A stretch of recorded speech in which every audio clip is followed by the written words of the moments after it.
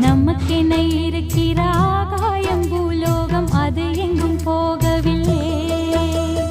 நதியுண்டு கடலுண்டு எல்லாமும் நம் சொந்தம், கலங்கிட தேவையில்லை. பூமி எங்கும் நம்ம வீடு, கண்ணில் என்ன நீரின் கோடு. இனி நாளை காலம் என்றும் நம்மோடு. நமக்கென இருக்கிற